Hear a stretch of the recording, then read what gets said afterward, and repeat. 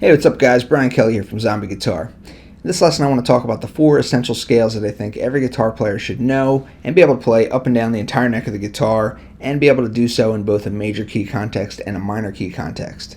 So the 4 scales we're going to be talking about are the pentatonic scale, the blues scale, the diatonic scale, and the harmonic minor scale. So there's a ton of other scales out there. There's hundreds, thousands of other scales. But I found that in my 30 years of playing, gigging almost every weekend for about 15 years, covering lots of songs, writing lots of my own songs, I found that pretty much these are the only 4 scales I've ever needed to use. So occasionally I might use some other exotic scale or something like that, but these 4 scales pretty much will cover most guitar players' needs for pretty much their whole life. So whenever you attempt to learn a scale up and down the entire neck of the guitar, normally you're going to learn it one box pattern here, one box pattern here, one box pattern here, one box pattern here, and you put all those box patterns together and eventually you end up covering the entire fretboard. So when trying to approach scales, there's always going to be different methods of visualizing the fretboard or different approaches to learning these scales. On the Zombie Guitar website, I give you lots of different approaches to this stuff. But in this lesson here, I'm going to give you a 5-pattern approach to learning the pentatonic and blues scale. And then I'm going to give you a 3-pattern approach to learning the diatonic and the harmonic minor scale.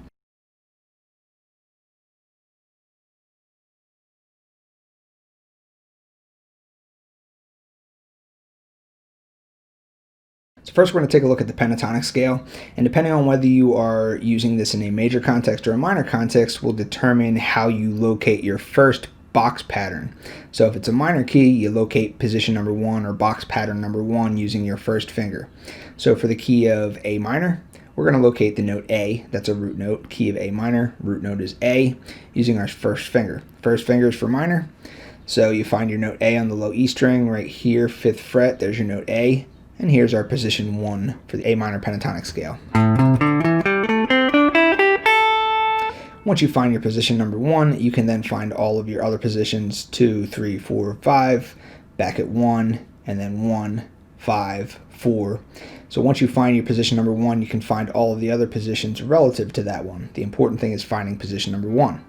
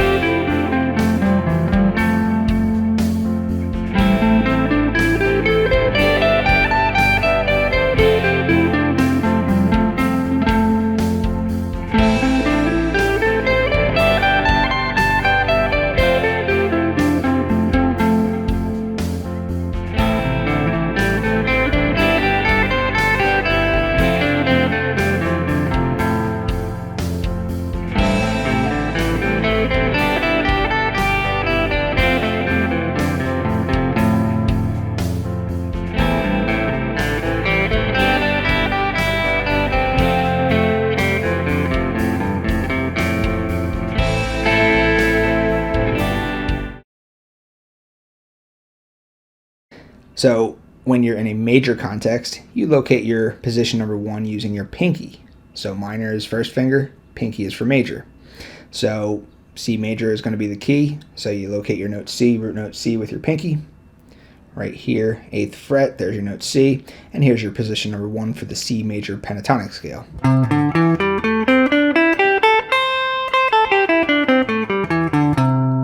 Again, once you find position number 1, you can find your 2, 3, 4, 5, 1, or 1, 5, 4. It always goes in the same order. 1, 2, 3, 4, 5, 1. So it always goes in numerical order like that.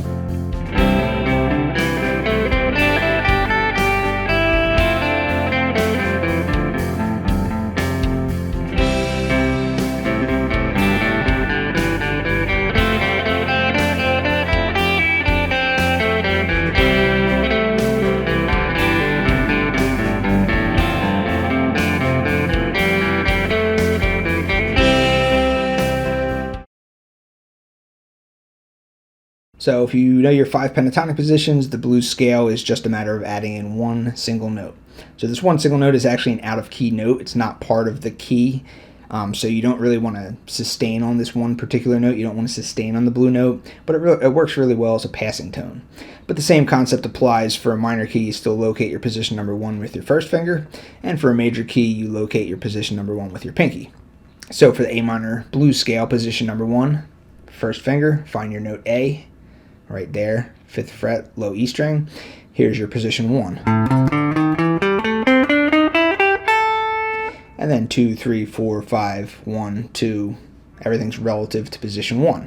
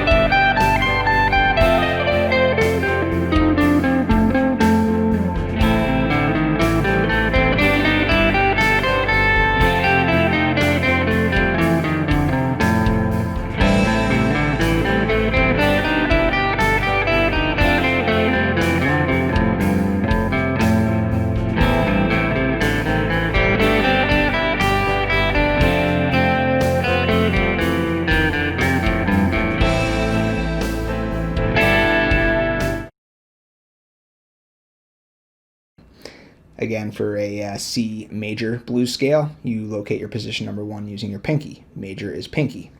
So you find your note C using your pinky. Here's your note C, 8th fret, and this is your C major blues scale.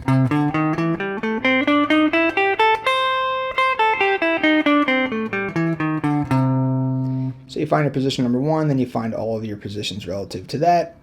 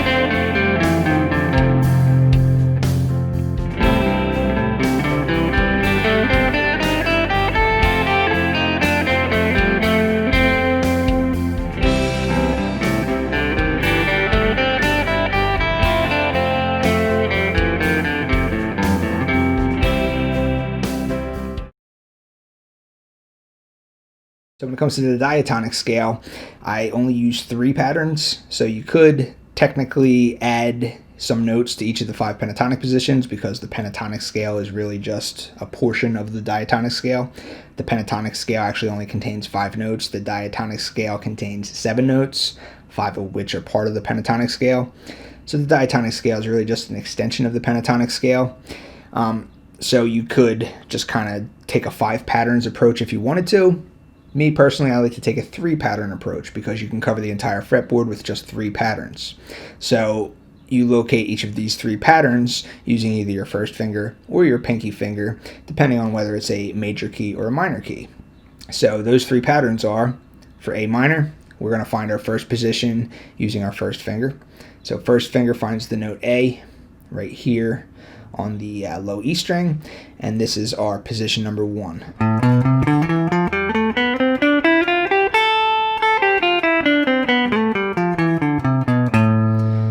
So that's our first position. So I call that the home box. It's the same thing as pentatonic position number 1 with some added notes. Whatever you want to call it, that's just the first pattern. The second pattern, for minor key, I locate that with my pinky. So you find the root note, which is A, key of A minor. You find your root note with your pinky on the A string, and that's right here, 12th fret. So this is how you find your second pattern. So that looks like this.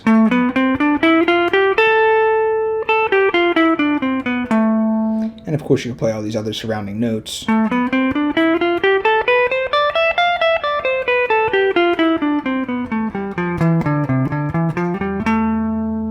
So that's your second pattern. And then your third pattern, for a minor key, you again locate that with your first finger. So you take your first finger, you find the note A on the A string, right here, 12th fret, and that is your third pattern. I call this the A string home box. Whatever you want to call it, it doesn't matter. A string home box is just the term I kind of made up, but this is your next pattern.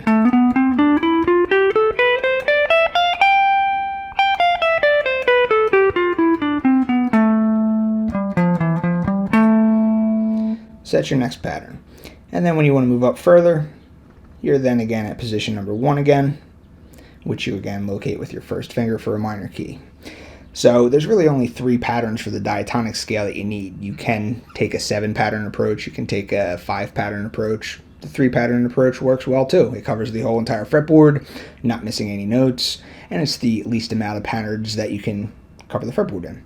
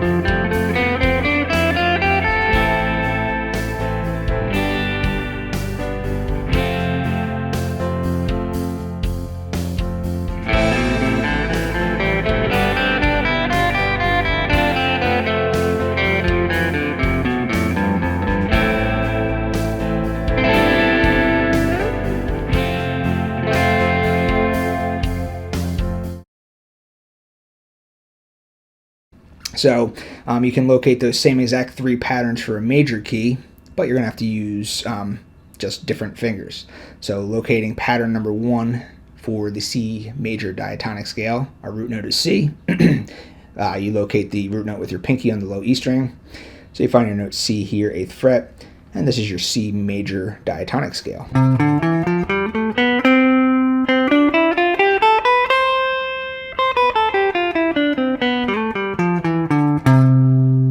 So that's your pattern number 1.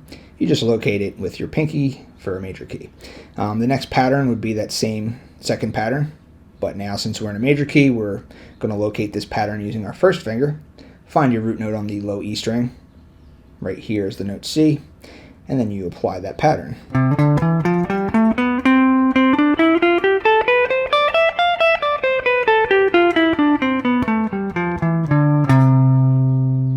And then the third pattern is going to be this pattern right here, which again I have called the A string home box. It's just the term I made up for it. And you locate this pattern for a major key using your pinky, finding the root note on the A string. So here's the note C, 15th fret, and here's our pattern.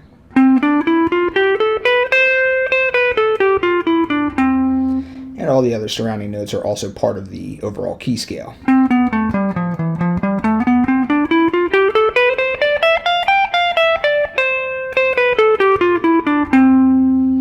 And then once you get up to here again, you're back at position number 1, just in the higher octave.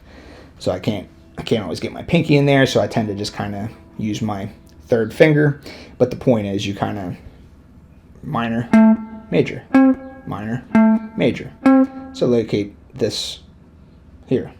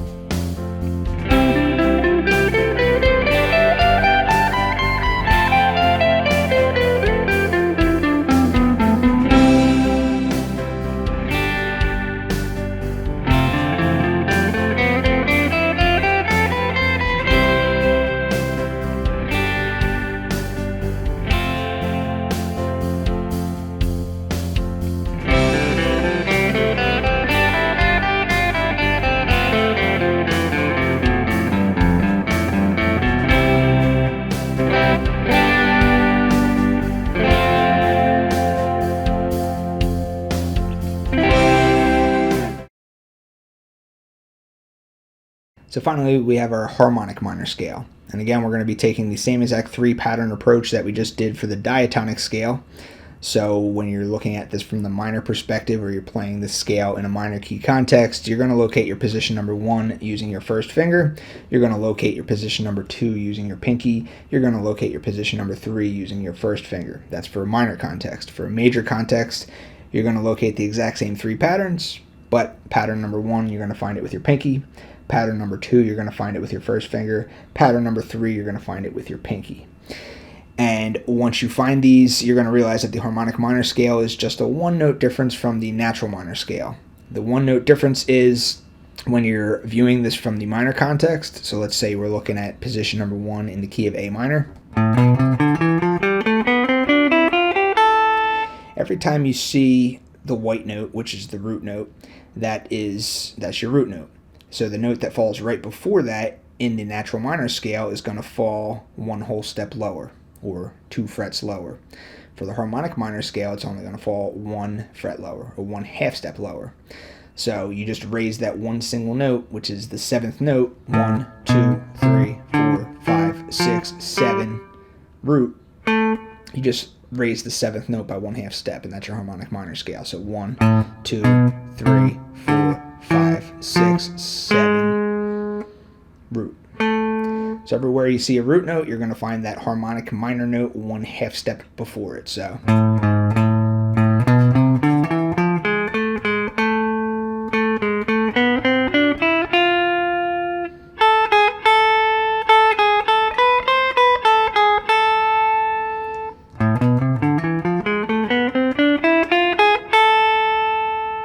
that's your harmonic minor scale. So you're still locating your position number 1 for a minor key the same way, position 2 for a minor key the same way, position 3 for a minor key the same way.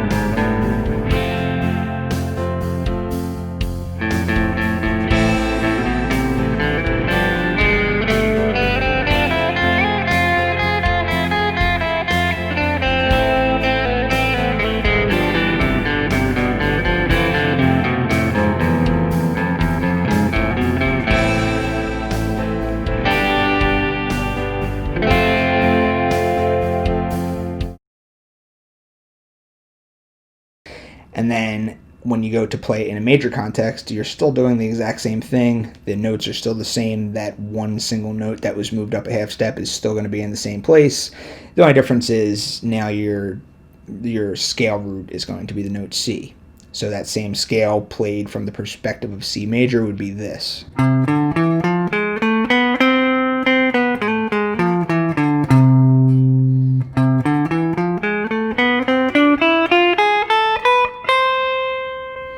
That would be your position 1. Position 2 is going to be the same thing. Position 3 is going to be the same thing. And you're going to see what I'm talking about in these examples. So major perspective, minor perspective, it just matters how you locate the patterns. Everything else is the same.